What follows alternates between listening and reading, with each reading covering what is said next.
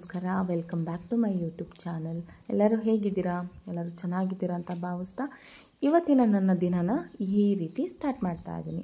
So ಬೆಳಿಗ್ಗೆನೇ ನಾನು 6 ಗಂಟೆಗೆ ಎದ್ದು ಎಲ್ಲಿಗೆ ಹೊರಟಿದ್ದೀನಿ ಅಂದರೆ, ತುಂಬ ದಿನದಿಂದ ನನಗೆ ಈ ಮನೆಗೆ ಬಂದಾಗಿಂದ ಮೋಸ್ಟ್ಲಿ ವಾತಾವರಣ ಚೇಂಜ್ ಇರೋದಕ್ಕೋ ಏನೋ ಗೊತ್ತಿಲ್ಲ, ಸ್ವಲ್ಪ ಬಾಡಿನಲ್ಲಿ ನನಗೆ ಚೇಂಜಸ್ ಆಗ್ತದೆ. ಅಂದರೆ ತುಂಬ ಬಾಡಿ ಪೇಯ್ನ್ ಬರೋದು, ಮತ್ತು ಯಾವಾಗಲೂ ಜ್ವರ, ನೆಗಡಿ, ಕೆಮ್ಮು ಈ ರೀತಿ ಎಲ್ಲ ಫೀಲ್ ಆಗ್ತಾಯಿತ್ತು. ಸೊ ಮನೇಲೇ ಕೂತು ಈ ರೀತಿ ಎಲ್ಲ ಆಗ್ತಿರ್ಬೋದು ಅಂದ್ಬಿಟ್ಟು ನಾನು ಬೆಳಿಗ್ಗೆನೇ ಎದ್ದು ವಾಕಿಂಗ್ನ ಹೊರಟಿದ್ದೀನಿ. ಸೊ ಅಟ್ಲೀಸ್ಟ್ ಒಂದು ಸ್ವಲ್ಪ ದಿನ ವಾಕಿಂಗ್ ಮಾಡೋಣ, ಬೆಳಿಗ್ಗೆ ನೋಡೋಣ ಹೇಗೆ ಅನಿಸುತ್ತೆ ಅಂದ್ಬಿಟ್ಟು ಇವತ್ತು ವಾಕಿಂಗ್ ಮಾಡೋದಕ್ಕೆ ಬಂದಿದ್ದೀನಿ. ಸೊ ಲಾಸ್ಟ್ 3 ಡೇಸಿಂದನೂ ನನ್ನ ಬಾಡಿ ಫುಲ್ ಪೇಯ್ನು. ಇದಕ್ಕೂ ಮುಂಚೆ ಫುಲ್ ಬಾಡಿ ಪೇಯ್ನ್ ಇತ್ತು, ನೆಗಡಿ ಇತ್ತು, ಕೆಮ್ಮಿತ್ತು, ಜ್ವರ ಇತ್ತು. ಅದಕ್ಕೆಲ್ಲ ಹಾಸ್ಪಿಟ್ಲಿಗೆ ಹೋಗಿ ತೋರಿಸ್ಕೊಂಡು ಬಂದೆ, ಕಡಿಮೆ ಅಂತ ಅನಿಸಿದೆ. ಬಟ್ ಆದರೂ ಕೂಡ ನನಗೆ ಬಾಡಿ ಪೇಯ್ನ್ ಕಡಿಮೆನೇ ಅನಿಸಿಲ್ಲ, ತುಂಬಾ ಬಾಡಿ ಪೇಯ್ನ್ ಇದೆ. ಇವಾಗ ಹೇಗೆ ನಮಗೆ ಜ್ವರ ಬಂದಾಗ ಬಾಡಿ ಪೇಯ್ನ್ ಇರುತ್ತಲ್ಲ, ಅದೇ ರೀತಿಯೇ ಫೀಲ್ ಆಗ್ತಾಯಿದೆ ನನಗೆ. ಸೊ ಅದಾದಮೇಲೆ ಅಟ್ಲೀಸ್ಟ್ ನಾನು ಅರ್ಧ ಹೋಗಿ ಬರೋಣ ಅಂತ ಅಂದ್ಕೊಂಡೆ. ನಾನೇ ಸ್ವಲ್ಪ ಧೈರ್ಯ ತೊಗೊಂಡಿಲ್ಲ, ಇನ್ನೊಂದು ಸ್ವಲ್ಪ ಹೋಗೋಣ ಅಂದ್ಬಿಟ್ಟು 1 ಕಿಲೋಮೀಟರ್ ಹತ್ರ ಬಂದಿದ್ದೀನಿ. ಈಗ ಮತ್ತೆ ರಿಟರ್ನ್ ವಾಪಸ್ ಮನೆಗೆ ಹೊರಟಿದ್ದೀನಿ. ಸೊ ನಾವು ಮುಂಚೆ ಇದ್ದಿದ್ದ ಮನೆ ವಾತಾವರಣ ಅದು ಬೇರೆ ಥರನೇ ಇತ್ತು. ಇಲ್ಲಿಗೆ ಬಂದಮೇಲೆ ಇದು ಕಂಪ್ಲೀಟಾಗಿ ಬೇರೆ ಥರನೇ ಇದೆ. ಆದರೆ ಈ ಒಂದು ವಾತಾವರಣಕ್ಕೆ ನಾವು ಅಡ್ಜಸ್ಟ್ ಆಗಬೇಕು ಅಂದರೆ ಸ್ವಲ್ಪ ಟೈಮ್ ತಗೊಳುತ್ತೆ. ಸೊ ಸ್ಟಾರ್ಟಿಂಗ್ ಮನೆ ಖಾಲಿ ಮಾಡ್ಕೊಂಡು ಬಂದಮೇಲೆ ಇಲ್ಲಿ ಆರ್ಗನೈಸ್ ಮಾಡೋವಾಗ ಆವಾಗಲೇ ಒಂಥರ ನನಗೆ ಫೀಲ್ ಆಗ್ತಾಯಿತ್ತು ಬಾಡಿ ಪೇಯ್ನು. ಅದಾದಮೇಲೆ ನನಗೆ ಸಡನ್ನಾಗಿ ಕೆಮ್ಮು ಸ್ಟಾರ್ಟ್ ಆಯಿತು. ಎಲ್ಲ ಕಡೆ ಬೇರೆ ಡೆಂಗ್ಯೂ ಎಲ್ಲ ಹರಡ್ತಾ ಇದೆ. ಸೊ ನನಗೆ ಅದೊಂಥರ ಭಯ ಆಗೋಯಿತು. ಏನಾದರೂ ಈ ಮನೆಗೆ ಬಂದಮೇಲೆ ನಮಗೆ ತುಂಬ ಸೊಳ್ಳೆಗಳು, ಎಷ್ಟು ಸೊಳ್ಳೆ ಅಂದರೆ ಬಾಗಿಲು ತೆಗೆದ್ರೆ ಸಾಕು ಮನೆ ತುಂಬ ಸೊಳ್ಳೆಗಳು ಸೇರ್ಕೊಂಡ್ಬಿಡುತ್ತೆ. ಬಾಗಿಲು ತೆಗೆಯೋದಕ್ಕೆ ಭಯ ಆಗುತ್ತೆ. ಸ್ಟಾರ್ಟಿಂಗ್ ನಾವು ಮನೆಗೆ ಬಂದಾಗ ಬಾಗಿಲು ಸ್ವಲ್ಪ ಕ್ಲೋಸ್ ಮಾಡಿಕೊಂಡೇ ಇರ್ತಿದ್ವಿ, ಆದರೂ ಕೂಡ ಸೊಳ್ಳೆಗಳು ಬರ್ತಾಯಿತ್ತು. ಇವಾಗ ಸ್ವಲ್ಪ ಕಡಿಮೆ ಆಗಿದೆ ಅಂತಲೇ ಹೇಳ್ಬೋದು. ಸೊ ಅದಾದಮೇಲೆ ವಾಕಿಂಗ್ ಎಲ್ಲ ಮುಗಿಸ್ಕೊಂಡು ಮನೆಗೆ ಬಂದು ಮಾಮೂಲಿ ನನ್ನ ಕೆಲಸನ ಸ್ಟಾರ್ಟ್ ಮಾಡಿಕೊಂಡೆ.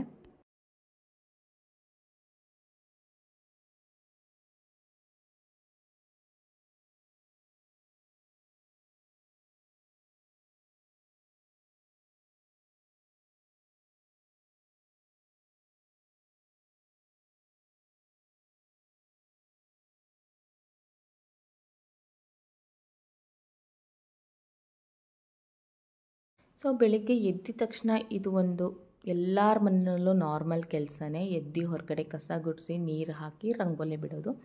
ಸೊ ನನಗೆ ಅಷ್ಟಾಗಿ ರಂಗೋಲಿ ಏನು ಬಿಡೋದಕ್ಕೆ ಬರೋದಿಲ್ಲ. ನನಗೆ ಎಷ್ಟು ಬರುತ್ತೋ ಅಷ್ಟು ಆ ರೀತಿ ಬಿಡ್ತೀನಿ. ಅಂದರೆ ರಂಗೋಲಿ ಮನೆ ಮುಂದೆ ಇದ್ರೇ ಮನೆಗೊಂದು ಲಕ್ಷಣ ಅಂತ ಹೇಳ್ತಾರೆ.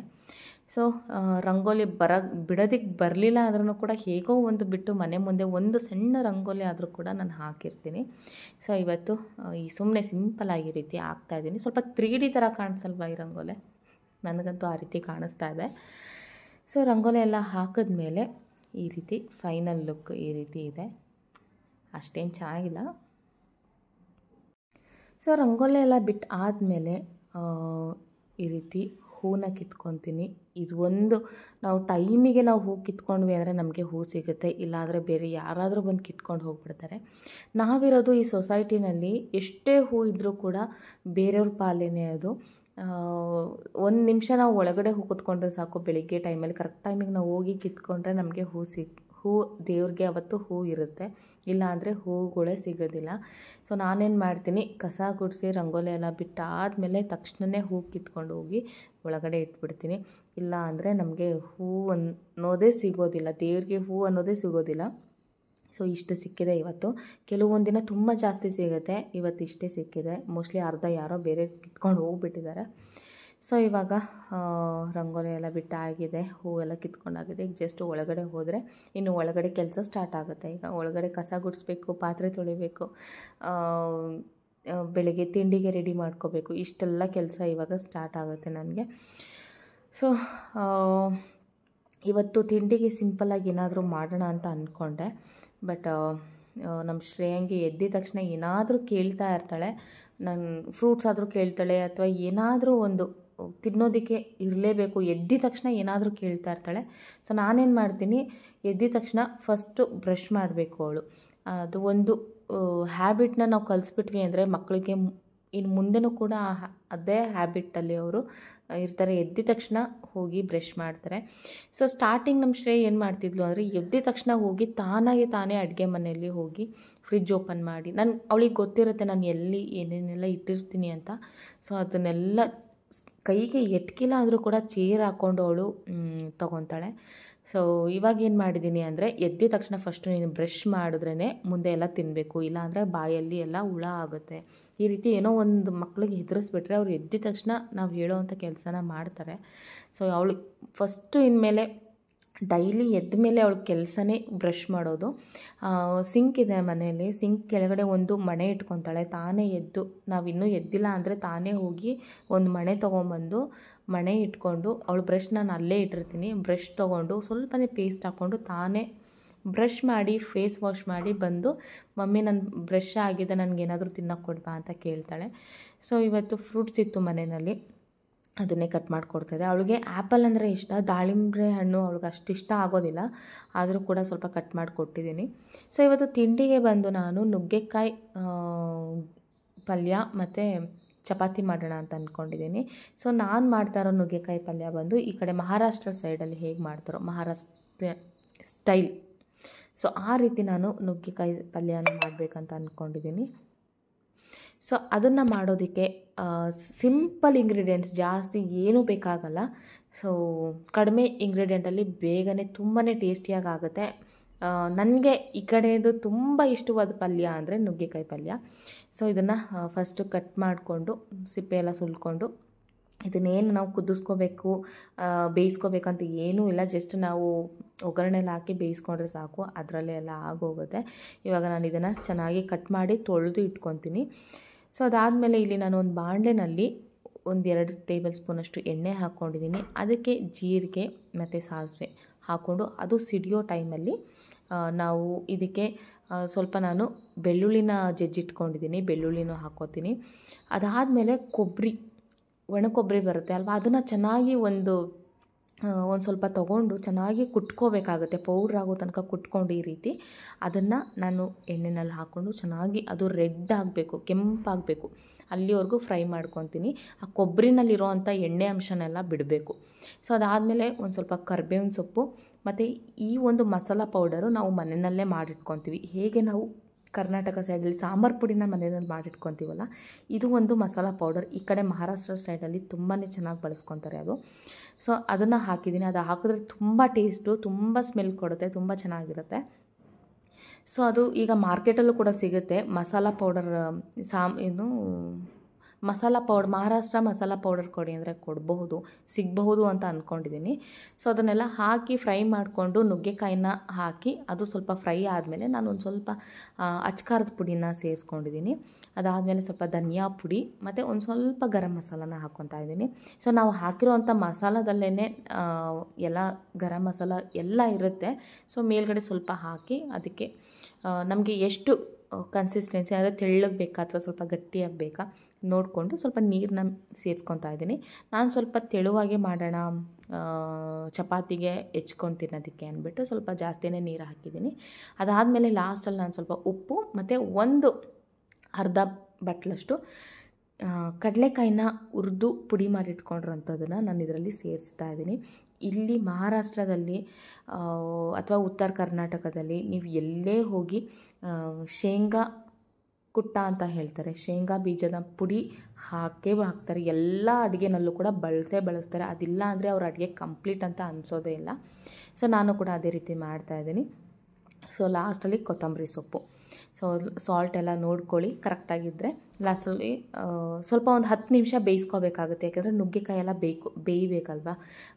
ನುಗ್ಗೆಕಾಯಿ ಎಲ್ಲ ಬೆಂದಮೇಲೆ ಲಾಸ್ಟಲ್ಲಿ ಸ್ವಲ್ಪ ಕೊತ್ತಂಬರಿ ಸೊಪ್ಪು ಹಾಕಿ ಗ್ಯಾಸ್ ಆಫ್ ಮಾಡಿದ್ರೆ ರೆಡಿ ಆಗೋಗುತ್ತೆ ಪಲ್ಯ. ತುಂಬಾ ಟೇಸ್ಟಿಯಾಗಿರುತ್ತೆ ಚಪಾತಿಗೆ. ಸೊ ಇಲ್ಲಿ ನಾನು ಚಪಾತಿ ಮಾಡೋಣ ಅಂದ್ಬಿಟ್ಟು ಹಿಟ್ಟನ್ನ ಕಲಿಸ್ತಾ ಇದ್ದೀನಿ.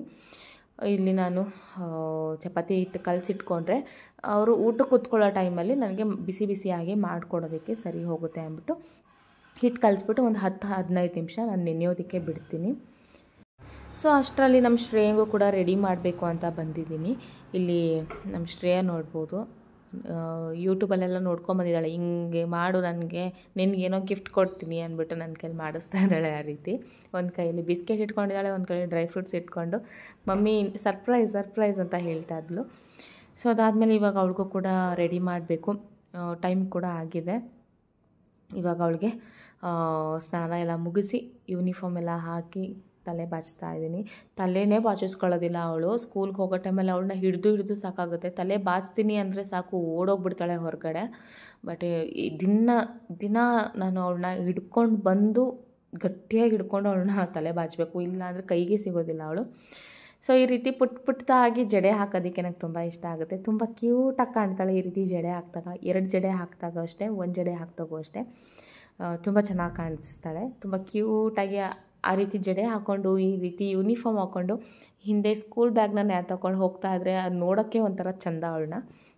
ಸೊ ಅದಾದಮೇಲೆ ಅವಳಿಗೂ ಕೂಡ ತಿಂಡಿ ಎಲ್ಲ ಮಾಡಿಸಿ ಬಾಕ್ಸ್ ಎಲ್ಲ ಕೊಟ್ಟು ಸ್ಕೂಲಿಗೆ ಕಳಿಸ್ತಾ ಇದ್ದೀನಿ. ಇವ್ರು ಬಂದು ನಮ್ಮ ಮನೆ ಮೇಲ್ಗಡೆ ಓನರ್, ಇವ್ರ ಮಗಳು ಕೂಡ ಅದೇ ಸ್ಕೂಲೇ.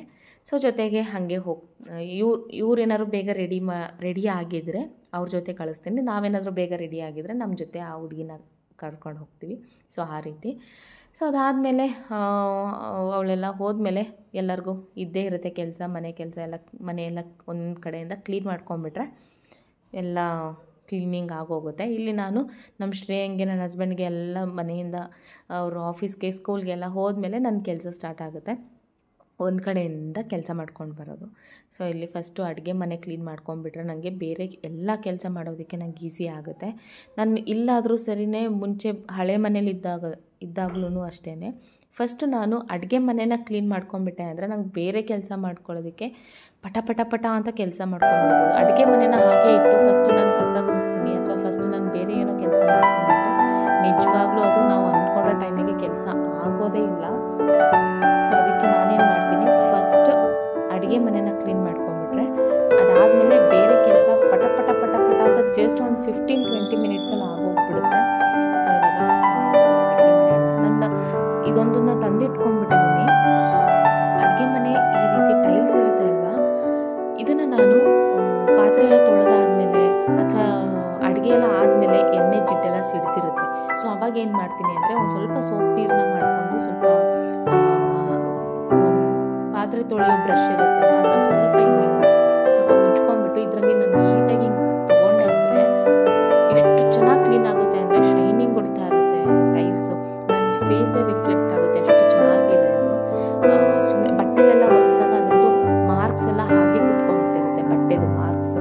ಬಟ್ ಇದರಲ್ಲಿ ತುಂಬ ಚೆನ್ನಾಗಿ ಕ್ಲೀನ್ ಆಗುತ್ತೆ, ಹೊಸ ಟೈಲ್ಸ್ ಥರ ಕಾಣುತ್ತೆ. ಸೊ ಒಂದ್ಸಲ ನೀವೇನಾದರೂ ನಿಮ್ಮ ಮನೆಯಲ್ಲಿ ಅಡುಗೆ ಮನೆಯಲ್ಲಿ ಟೈಲ್ಸ್ ಇತ್ತು ಅಂದರೆ ಈ ರೀತಿನ ತಂದು ಕ್ಲೀನ್ ಮಾಡ್ಕೊಂಡು ನೋಡಿ ಎಷ್ಟು ಚೆನ್ನಾಗಿ ಕ್ಲೀನ್ ಆಗುತ್ತೆ ಅಂತ. ಸೊ ಅದಾದಮೇಲೆ ಇವಾಗೆಲ್ಲ ಕ್ಲೀನ್ ಮಾಡಿಕೊಂಡು ಮುಂದಿನ ಕೆಲಸನ ಸ್ಟಾರ್ಟ್ ಮಾಡ್ಕೊಂಡು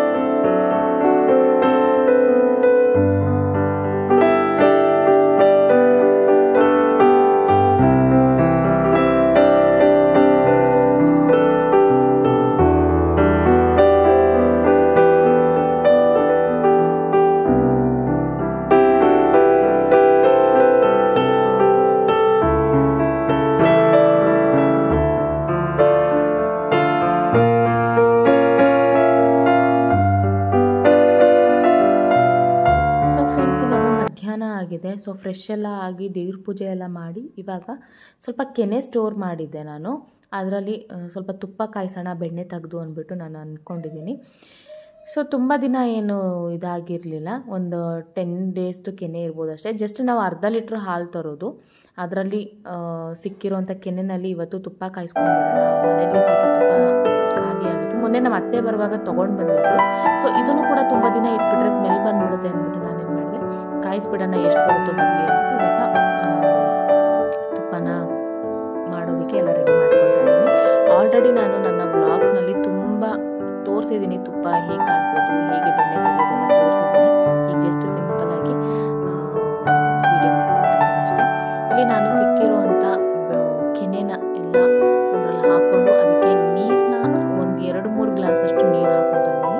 ಮುಂಚೆ ಎಲ್ಲ ನಾನು ಏನು ಮಾಡ್ತಿದ್ದೆ ಅಂದರೆ ಮಿಕ್ಸರ್ನಲ್ಲಿ ಗ್ರೈಂಡ್ ಮಾಡಿಕೊಂಡು ಬೆಣ್ಣೆನ ತೆಗೆದುಕೊತಾ ಇದ್ದೆ. ಬಟ್ ಇವಾಗ ಸ್ವಲ್ಪನೇ ಕೆನೆ ಇರೋದ್ರಿಂದ ಕೈಯಲ್ಲೇ ಕಡ್ಕೊಂಡ್ಬಿಡೋಣ ಅಂತ ಅಂದ್ಬಿಟ್ಟು ಇದರಲ್ಲಿ ಮಜ್ಜಿಗೆ ಮಾಡೋದು ಬರುತ್ತಲ್ವ ಅದರಲ್ಲೇ ಮಾಡ್ಕೊತಾ ಇದ್ದೀನಿ. ಸೊ ನಾವು ಮಿಕ್ಸರ್ನಲ್ಲಿ ಮಾಡ್ಕೊಂಡ್ವಿ ಅಂದರೆ ಪಾತ್ರೆ ತುಂಬ ಆಗಿಬಿಡುತ್ತೆ, ಜಿಡ್ಡು ಎಲ್ಲ ಹೋಗೋದೇ ಇಲ್ಲ ಬೇಗ. ಸೊ ಅದಕ್ಕೆ ಒಂದೇ ಪಾತ್ರೆನೇ ಮಾಡ್ಕೊಳ್ಳೋಣ ಅಂದ್ಬಿಟ್ಟು ಯೋಚನೆ ಮಾಡಿ ಇದರಲ್ಲೇ ಮಾಡ್ಕೊತಾ ಇದ್ದೀನಿ.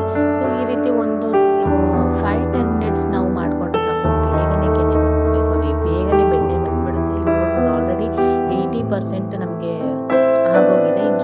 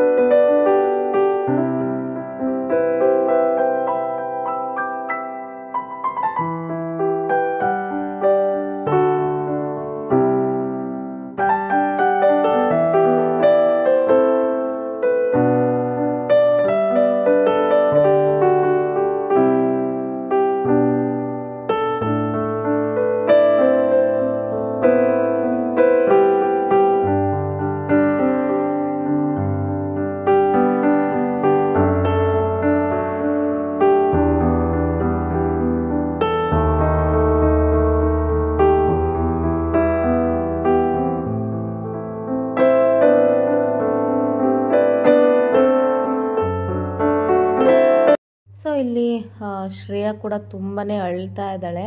ನನಗೆ ಡಾಕ್ಟರ್ ಕಿಟ್ ಬೇಕು, ನಾನು ಡಾಕ್ಟ್ರ್ ಆಗಬೇಕು ಅಂತ ಅಳ್ತಾ ಇದ್ದಾಳೆ. ಅಂದರೆ ಕಿಡ್ಸ್ದು ಡಾಕ್ಟರ್ ಕಿಟ್ ಬರುತ್ತೆ ಅಲ್ವಾ, ಅದರಲ್ಲಿ ಎಲ್ಲ ಡಾಕ್ಟರ್ ಯೂಸ್ ಮಾಡೋವಂಥ ಸಾಮಾನೆಲ್ಲ ಇರುತ್ತೆ. ಅಂದರೆ ಸೆಥೋಸ್ಕೋಪ್ ಆಗಿರ್ಬೋದು, ಮತ್ತು ಟ್ಯಾಬ್ಲೆಟ್ಸು, ಅಂದರೆ ಎಲ್ಲ ಕಿಡ್ಸ್ಗೆ ಮಕ್ಕಳಿಗೆ ಆಟ ಆಡೋದಕ್ಕೆ ಅಂದ್ಬಿಟ್ಟು ಎಲ್ಲ ಪ್ಲಾಸ್ಟಿಕಲ್ಲಿ ಮಾಡಿ ಇಟ್ಟಿರ್ತಾರೆ. ಸೊ ಇಲ್ಲಿ ಒಂದಿಬ್ಬರು ಮಕ್ಕಳ ಹತ್ರ ಇದೆ, ಆಟ ಆಡ್ತಾ ಇದ್ದಾರೆ. ಅದನ್ನು ನೋಡ್ಕೊಂಬಂದು ನನಗೂ ಬೇಕು ಅಂತ ಹೇಳ್ತಾ ಇದ್ಲು. ಅಂದರೆ ನಾನು ಕೂಡ ಕೊಡಿಸಿದ್ದೆ ಅವಳಿಗೆ ಒಂದು 2-3 ಮಂತ್ಸ್ ಬ್ಯಾಕು. ಅದನ್ನೆಲ್ಲ ಹಾಳು ಮಾಡ್ಕೊಂಬಿಟ್ಟು ಬರೀ ಮೇಲ್ಗಡೆ ಬಾಕ್ಸ್ ಮಾತ್ರ ಇಟ್ಕೊಂಡಿದ್ದಾಳೆ ಅವಳು. ನನಗೆ ಅದೆಲ್ಲ ಬೇಕು ಅಂತ ತುಂಬಾ ಅಳ್ತಾ ಇದ್ಲು. ಓಕೆ, ಫಸ್ಟ್ ನೀನು ಇವಾಗ ಹೋಮ್ವರ್ಕ್ ಮಾಡು, ಆಮೇಲೆ ನಾನು ಕೊಡಿಸ್ತೀನಿ ನಿನಗೆ ಅಂತಂದರೆ ಹಿಂಗೆ ಅಳ್ತಾ ಇದ್ದಾಳೆ.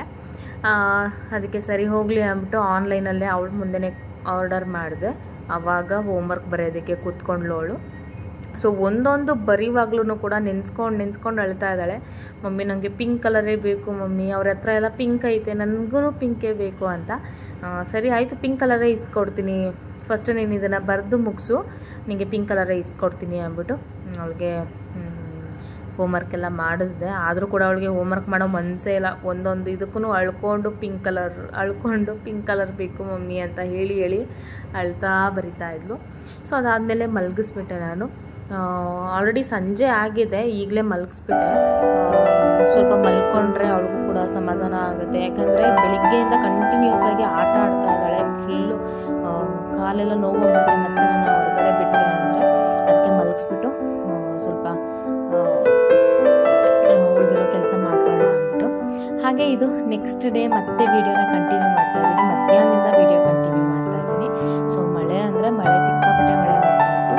ಇವಾಗ ನಮ್ಮ ಶ್ರೇಯಂಗೆ ಸ್ಕೂಲ್ ಬಿಡೋ ಟೈಮು. ಸೊ ಅವಳನ್ನ ಕರ್ಕೊಂಡ್ಬರೋದಕ್ಕೆ ಮಳೆನಲ್ಲೇ ಹೋಗ್ತಾ ಇದ್ದೀವಿ. ಎಲ್ಲ ನಮ್ಮ ಸೊಸೈಟಿನಲ್ಲೇ ಸುಮಾರು ಒಂದು 5-6 ಮಕ್ಕಳು ಅದೇ ಸ್ಕೂಲ್ಗೆ ಹೋಗೋದು. ಸೊ ಅವಳನ್ನ ಹಾಗೆ ಕರ್ಕೊಂಬರೋಣ ಅಂದ್ಬಿಟ್ಟು ಹೋಗಿದ್ದೀನಿ. ಬಂದು ನಿಂತಿದ್ದಾಳೆ. ನಾನು ನೋಡಿದ ತಕ್ಷಣ ಖುಷಿ ಆಗೋಯ್ತು ಅವಳಿಗೆ ನಾನು ನೋಡಿ ಖುಷಿ ಇಲ್ಲ, ಛತ್ರಿ ಬೇಕು ಅವಳಿಗೆ. ಛತ್ರಿ ಇಟ್ಕೊಳ್ಳೋದಕ್ಕೆ ಖುಷಿ ಅವಳಿಗೆ. ಸೊ ಅವಳ ಕೈಲಿ ಛತ್ರಿ ಕೊಟ್ಬಿಟ್ಟು ಅವಳು ಛತ್ರಿ ತೊಗೊಂಡು ಎಲ್ಲ ಬಾಕ್ಸ್ ಎಲ್ಲ ನನ್ನ ಕೈಲಿ ಕೊಟ್ಬಿಟ್ಟು ಸೀದಾ ಹೋಗ್ತಾ ಇದ್ದಾಳೆ ಮುಂದೆ. ಅವಳಿಗೆ ಏನೋ ಗೊತ್ತಿಲ್ಲ, ಛತ್ರಿ ಹಿಡ್ಕೊಂಡು ಮಳೇಲಿ ಹೋಗೋದಂದ್ರೆ ಅಷ್ಟು ಇಷ್ಟ. ಮಳೆ ಇಲ್ಲ ಅಂದರೂ ಕೂಡ ಛತ್ರಿ ಹಿಡ್ಕೊಂಡು ಸುಮ್ಮನೆ ಓಡಾಡ್ತಾ ಇರ್ತಾಳೆ. ಒಂದು ಪುಟಾಣಿದೊಂದು ಛತ್ರಿ ತೊಗೋಬೇಕು ಅವಳಿಗೋಸ್ಕರನೇ. ಸೊ ಹಾಗೆ ಈಗ ಮನೆಗೆ ಹೊರಟ್ವಿ. ಮಳೆ ಬೇರೆ ಸಣ್ಣ ಮಳೆ, ಒಂದು 3 ದಿನ ಆಯಿತು ಮಳೆನೇ ನಿಂತಿಲ್ಲ, ಸಣ್ಣದಾಗಿ ಮಳೆ ಬರ್ತಾ ಇದೆ. ಹಾಗೆ ಹೊರಟು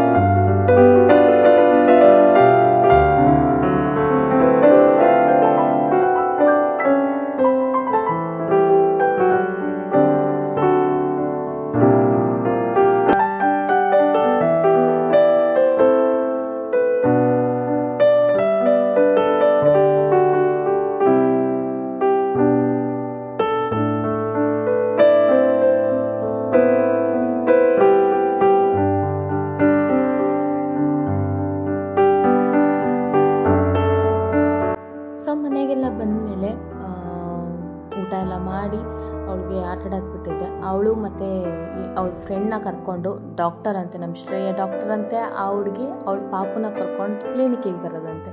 ಈ ರೀತಿ ಅವಳು ಚೆಕ್ ಮಾಡಿಬಿಟ್ಟು ಟ್ಯಾಬ್ಲೆಟ್ಸ್ ಕೊಡೋದು, ಈ ರೀತಿ ಎಲ್ಲ ಮಾಡ್ತಾಯಿದ್ಲು. ಸೊ ತುಂಬ ಕ್ಯೂಟಾಗಿ ಚೆನ್ನಾಗಿ ಕಾಣಿಸ್ತಾ ಇತ್ತು. ಅದೊಂದು ಇರಲಿ ಅಂದ್ಬಿಟ್ಟು ವೀಡಿಯೋನ ಮಾಡಿಕೊಂಡು ಶೇರ್ ಮಾಡ್ಕೊತಾ ಇದ್ದೀನಿ ಅಷ್ಟೇ. ಸೊ ಫ್ರೆಂಡ್ಸ್, ಇವತ್ತಿನ ವಿಡಿಯೋ ನಿಮಗೆ ಖಂಡಿತವಾಗ್ಲೂ ಇಷ್ಟ ಆಗಿರುತ್ತೆ ಅಂತ ಅಂದ್ಕೊತೀನಿ. ಇಷ್ಟ ಆಗಿದ್ದರೆ ಪ್ಲೀಸ್ ಒಂದು ಲೈಕ್ ಮಾಡಿ, ಮೇಯ್ನಾಗಿ ಸಬ್ಸ್ಕ್ರೈಬ್ ಮಾಡ್ಕೊಳ್ಳಿ ಅಂತ ಹೇಳ್ತಾ ಇವತ್ತಿನ ವಿಡಿಯೋನ ನಾನು ಇಲ್ಲಿಗೆ ಎಂಡ್ ಮಾಡ್ತಾ ಇದ್ದೀನಿ. Thank you so much.